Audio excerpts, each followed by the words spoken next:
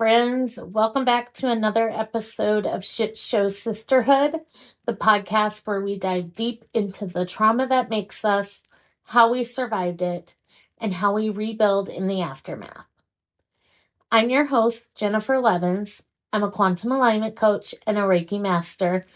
I'm also writing my first book, Surviving the Shit Show, a badass guide to thriving when your world is fucked up. When I started this podcast a month or so ago, I told you guys that I was going to live in the moment with you, heal in the moment, and just let it be whatever it's going to be. So I have to tell you guys what I have gone through to get this podcast up and running today. Last night, I sat down at my computer. It was around midnight. And I was like, I'm just going to go ahead and edit my podcast and get it done so it's ready to upload. 4 hours later, at 4 o'clock in the morning, I went to go export the file and it gave me an error message. And I was like, okay, that's awesome. Let's see what's going on here. Y'all, my fucking file was corrupted and I lost all of that work. So if I sound a little off today, please ignore. I am hoping and praying that this lands and that we get to everything we need to get to today. I am hoping that everything works like it's supposed to from here on out because I am a very, very frustrated podcaster right now. So bear with me, you guys. Please just give me some grace today. Thank you so much. All right, you guys, we are back on the floor of my office, recording this podcast on my phone as per usual. And I've got my iced coffee here. And we are just going to dive right into today's episode. In today's episode, I want to address with you guys a topic that is just, honestly, it's really hard for me to get into because I feel like until recently, I've allowed myself to really live in this space. And that goes against every advice I've ever given to someone who has come to me and told me that they were in this space of survival. So I'm preaching as much to you guys as I am to myself today. We are going to be talking about survival mode. When we experience a trauma or an intense stress, our bodies react in this really instinctive way with a survival response. Now, there are two main survival responses that you guys probably know of already. Fight or flight, but we're also going to be talking about the freeze or fawn response. These are automatic physiological and psychological reactions meant to keep us alive in situations when our bodies deem that we are at risk. So situations our bodies deem as dangerous. Fight mode is going to look like, standing your ground or standing up for yourself in the moment. Or it might even look like jumping into action to rectify a problem right away. Flight mode is going to be more like running away or avoiding the things that you see as dangerous to you. Freeze is really becoming immobilized or shutting down, maybe blocking things out. And a fawn response is going to look like pulling yourself in or making yourself smaller. Maybe it's appeasing or placating the threat to avoid whatever is coming. Now, I can think of really specific times when these responses manifest either in myself or in people that I care about. I'll tell you guys right now, I am definitely a fight mode person. I am the person who is going to jump into action, get shit done, and then later on, I'm going to go lose my shit in private. Okay? That is 100% me. Now, a flight mode person, a person that comes to mind is my sister. If you guys have listened to episode 2 of this podcast, then you kind of know the backstory there and, know that she is definitely a flight person. When life gets hard, she runs away. She avoids whatever's coming by running away. Freeze mode, the person that actually comes to mind for freeze mode, she's going to kill me for sharing this with you guys, but what else, love you, is my daughter. My daughter very much freezes in the moment of confrontation. Anytime that she has had a major confrontation in her life, she really shuts down. She can't function.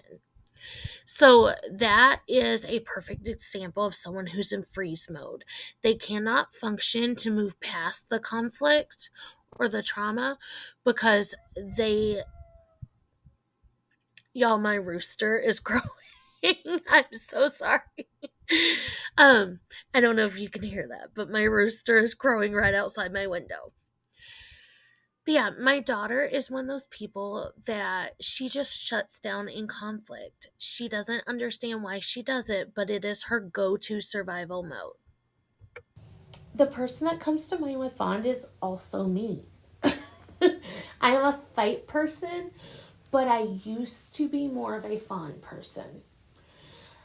And a particular situation that comes to mind with that is back when I had my old corporate job.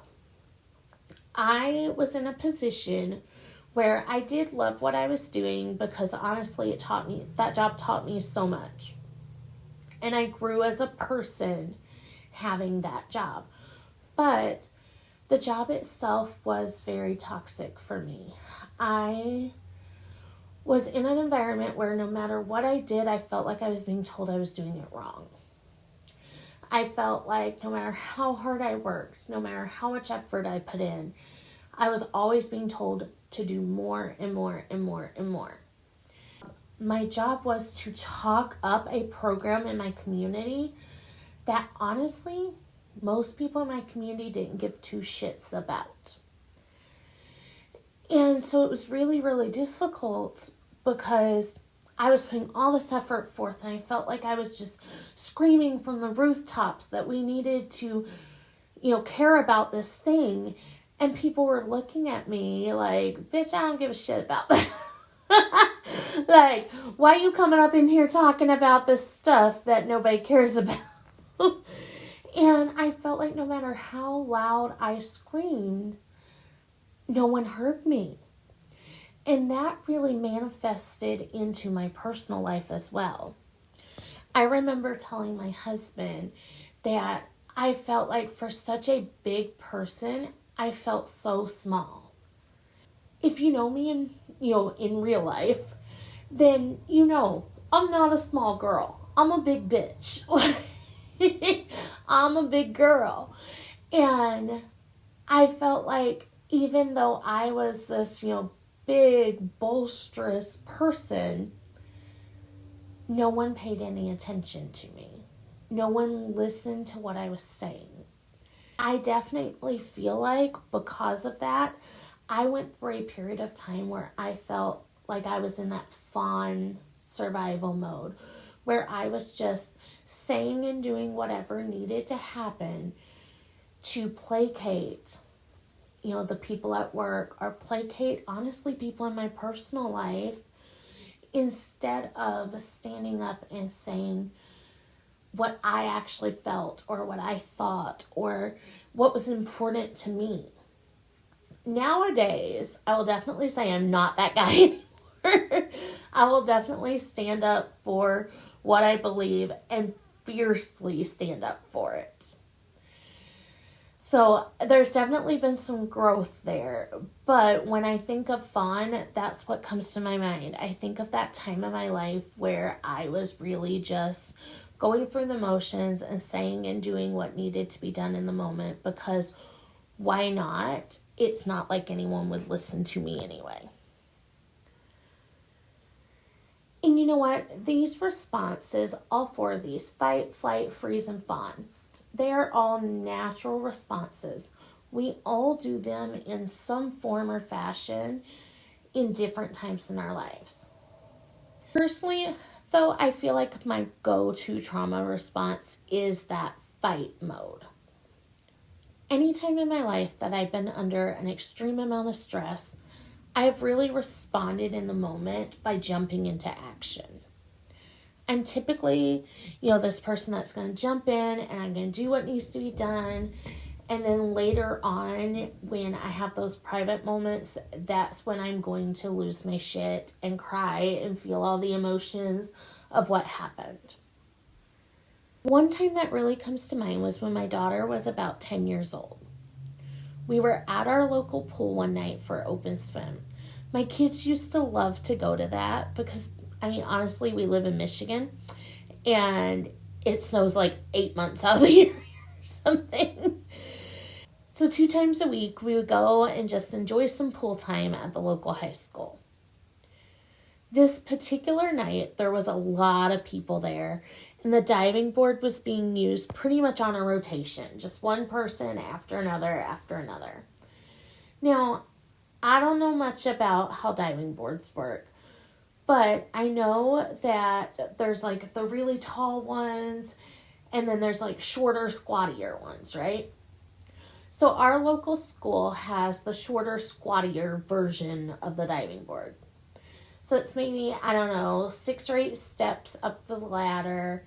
And then it probably hangs over the pool deck maybe like 6 or 7 feet. Anyway, that night the diving board was really popular. There were all these, kids and even grown-ass men who were jumping off the diving board. And when these men would jump off, of course, they were showing off for the kids and like making these huge splashes. The kids were loving it. They were watching these huge waves coming up every time one of these guys would jump off. Well, when they would splash, the water would just go everywhere. It would go in the pool and it would go out of the pool and it would go on the pool deck. And yes, it even would like kind of jump, fly over that diving board. When it was my daughter's turn, she went up the ladder and she walked across the board and she slipped on some of that water. I watched in slow motion as my daughter flew over the side of the railing and came crashing down hard onto the pool deck, hitting the back of her head on the concrete. By the time I got out of the pool and around to where they were, the lifeguard had scooped her up and was carrying her to the lifeguard office. She was holding her hand on the back of my daughter's head, and blood was just pouring out of her head and literally dripping onto the pool deck.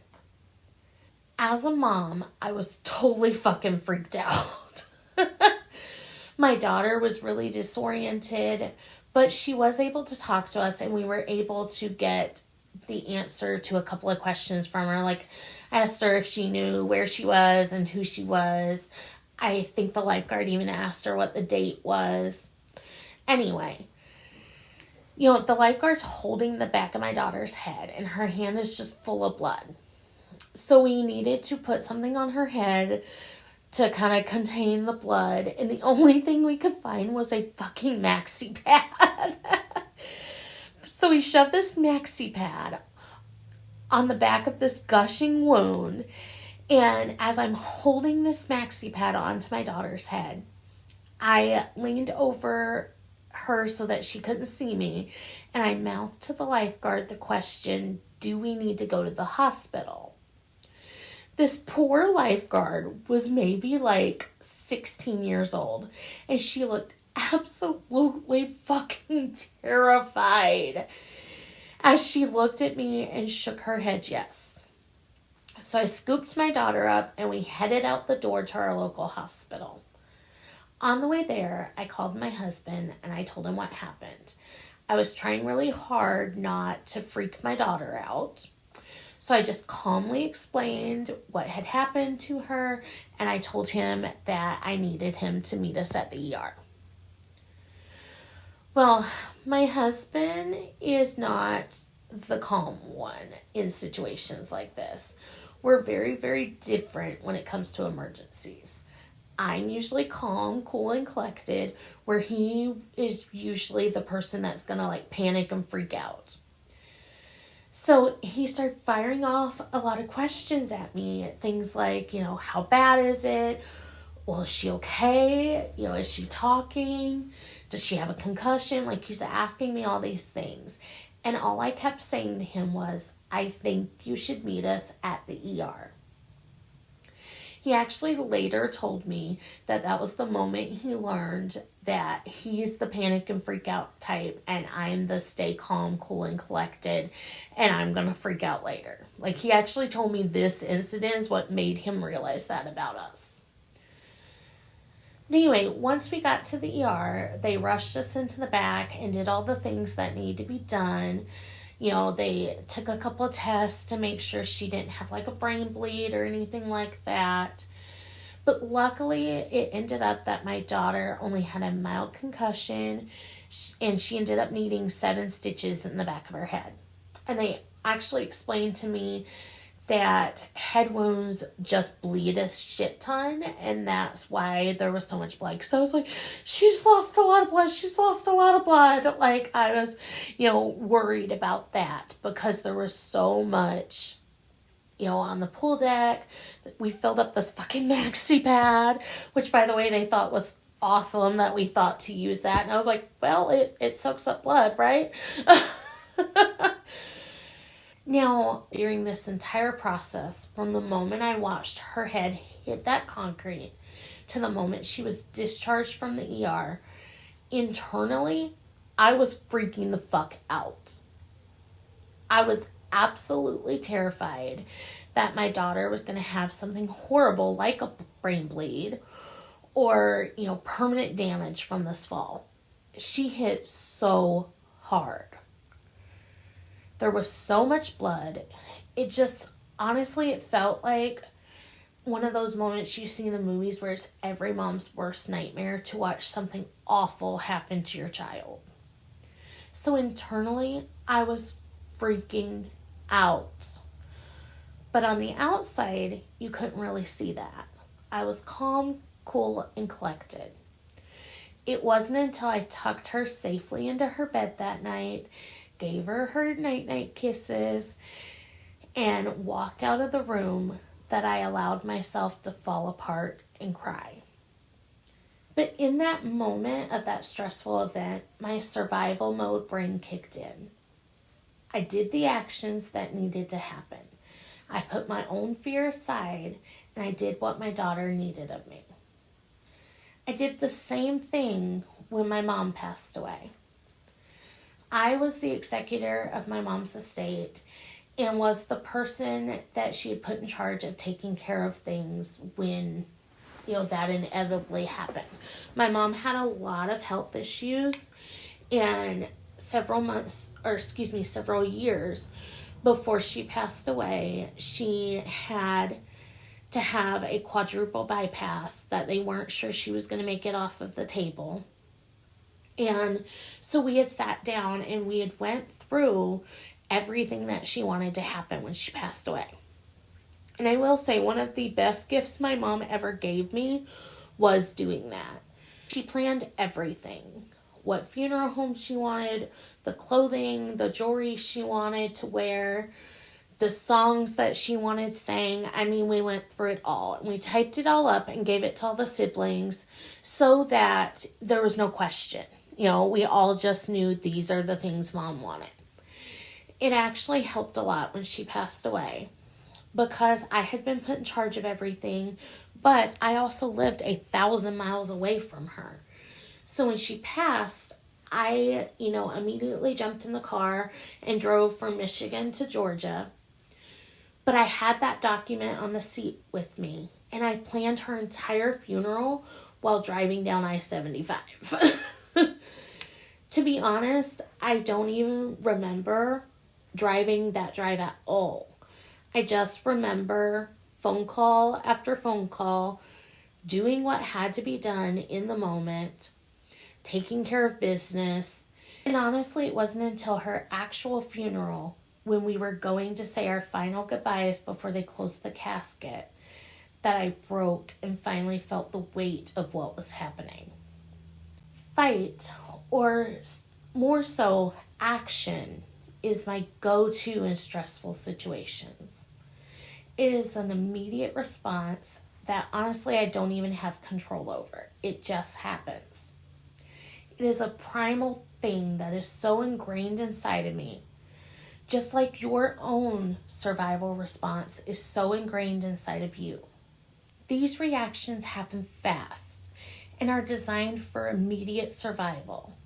But what happens after the threat is gone? Oftentimes, these responses don't fully resolve or release from the body and mind, especially when the trauma that caused them is chronic, overwhelming, or under-addressed. This is when the emotions from the event can get trapped within our body and cause all sorts of problems. Emotions are emotional energies from past traumatic or stressful experiences that really just get stuck in our body. Instead of flowing through and being processed, these emotions lodge in the subconscious mind and in our energetic field. They can create energetic blocks that can actually manifest into physical issues with our body. As we've been going through this podcasting journey together, I've been sharing with you things that I've experienced in my own life that have caused me physical and emotional pain. A couple of weeks ago, I shared with you a story from my childhood about telling my mom that I wanted to kill myself and her response to that. If you haven't listened to that episode, I believe it is episode 3. What I didn't talk about in that episode was that this memory is not something that I just got over right away. Nor was it something that I sat and contemplated on forever and ever, amen. It was just something that happened to me at that time in my life. At that point, I was just so used to living in the shit show every single day that it didn't seem like this big life-altering thing that it actually was. It wasn't until later, during my very first emotion code session, that the memory even surfaced. Remember how I told you that I went through a time in my life where I felt like I was just screaming and screaming and no one was listening to me? Well, how that manifested physically for me was that in 2020, during the height of the epidemic, I lost my ability to speak. I'd been having these coughing fits for months and months and months, and eventually it got to where I would be in the middle of a conversation with someone and my voice would just go out. It was just gone. I'd been to my family doctor multiple times for this, and they had no clue what was wrong with me. They kept prescribing antibiotics, but nothing was working. So I started doing my own research and talking to friends within the healing community, and I discovered that the likely cause of my issues was a blocked throat chakra due to the years and years that I had spent in this fawn survival mode. So one evening, I mentioned that to my sister-in-law, and she suggested that I go see a friend of hers that was an energetic healer. So a couple of days later, I met up with her friend, and she told me about the emotion code. Now, I'm going to be honest with you guys. When she was explaining it to me, my very first thought was, that sounds like some voodoo-ass bullshit to me. It wasn't until after that first session that I changed my mind. The emotion code uses a technique called muscle testing to bypass your conscious mind and get to the root of the emotions that have been trapped deep inside your physical body. During my session, I tested positive for the emotion of vulnerability. When the emotion came up, I immediately thought about a fight that I had had recently with my husband where I felt like he wasn't listening to me. That is 100% what was going through my brain hole. What actually came out of my mouth, though, was the situation that I shared with you guys the other day. I was so shocked because at that point, it had been years since I had even thought about that. Like, honestly, probably 15 years. Because, like I said, it was just part of my everyday existence. I didn't see it as this big life altering thing. I just thought, hey, my mom's being a bitch again. I didn't think anything else about it. But the emotions of that soul crushing experience were trapped inside of me at that time. And they came out in this session. I was so incredibly shocked by this that I threw my hands over my mouth and looked at this practitioner and I was like, what the fuck was that? And she was so cute. She kind of gave me a little, head tilt nod. And she goes, I know, right? You guys, I was totally amazed. During the session, we released that emotion and we also released several other big emotions. By the time I left the session, I truly felt that a transformation had taken place within me. I went home and I slept for a solid 10 hours. When I woke up, I felt like a weight had just been lifted off of me, and that throat issue I'd been having, well, it's been 5 years, and it's not been a problem for me since then. I was so enthralled with the transformation that I'd experienced that I ended up contacting that practitioner again because I wanted to know more. And in February of 2021, I actually went to school to become an emotion code practitioner myself.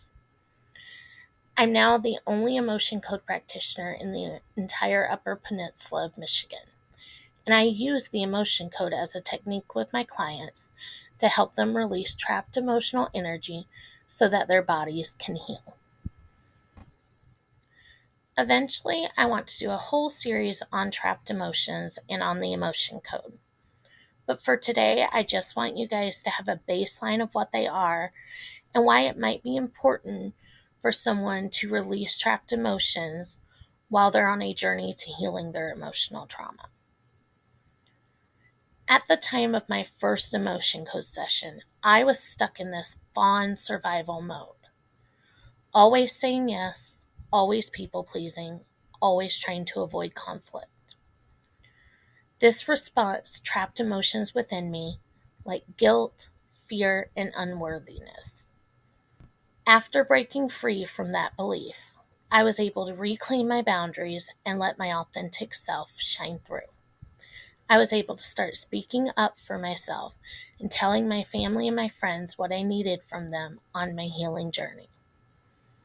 Living long-term in any of these survival states can cause emotional energies to get trapped, leading to ongoing cycles of trauma symptoms like anxiety, depression, numbness, or those people-pleasing behaviors. By learning about how your body's survival instincts affect your emotional state, how trapped emotions can hold you hostage in your past experiences, and how tools like the emotion code can help you identify and release these blocks, you empower yourself to break free from the survival cycle. But why is survival mode so damn hard on us? Living in survival mode isn't just exhausting, it is soul crushing. When you are stuck in fight, flight, freeze, or fawn, your body is constantly screaming danger, even when there isn't actually a threat in front of you. Your nervous system gets stuck with the gas pedal slammed down onto the floor or the emergency brake locked up tight. Either way, your system is working overtime day after day after day after day. And the human body wasn't built for that kind of long-term stress. At first, survival mode works. It saves you. It helps you get through the shit you never should have had to endure in the first place. But over time, it can really cost you everything. Here is why survival mode fucks us up so bad. First of all, your body just burns right out. Chronic stress floods your system with cortisol and adrenaline. What was supposed to be this short-term emergency response becomes a 24/7 shit show that wreaks havoc on your immune system, jacks up your digestion, disrupts your hormones, and eventually breaks you down physically. Your mind also gets stuck on high alert. You start scanning every room, every conversation, every text message for signs of danger. Hypervigilance really becomes your baseline state. Even relaxing starts feeling like it's unsafe. At that point, my friend, you're not living, you're just surviving. Another way that living in survival mode fucks us up is it causes our emotions to stay trapped. When you're constantly bracing for the next impact, you don't have time or safety to process how you actually feel. So those feelings, the anger, the grief, the fear, the shame, they don't just disappear. They get buried alive inside of you. They become trapped emotions that hijack your energy, your health, and your happiness from the inside out. And lastly, you end up losing your true self the longer you're in survival mode. Survival mode rewires your behaviors around the need to stay safe, not around being authentic, not around being who you are. Maybe you're like me and you lash out when you don't want to. That's fight mode, my friends. Maybe you ghost people who love you. That's flight mode. Maybe you freeze when an opportunity shows up. Or maybe you fawn and betray yourself just to keep the peace. Every survival strategy is a disconnection from who you really are underneath all of that armor. The bottom line is, survival mode was never meant to be a lifestyle. It was supposed to be a temporary bridge, not the fucking house that you built and moved into. If you stay in survival mode for too long without healing, you don't just survive your past, you keep on reliving it over and over again, day after day. It's like trauma fucking Groundhog Day. And that's where trapped emotions turn from being invisible scars into visible suffering. Anxiety, depression, chronic illness, toxic relationships, burnout, addiction, hopelessness, helplessness. I could go on and on and on and on. But here's the truth you need to hear. If you learned how to survive, then you can also learn how to heal. You just have to stop thinking survival is the end goal, because it is just the beginning. If all of this feels way too familiar to you, I want you to know that you're not broken. You are a badass who survived some fucked up shit.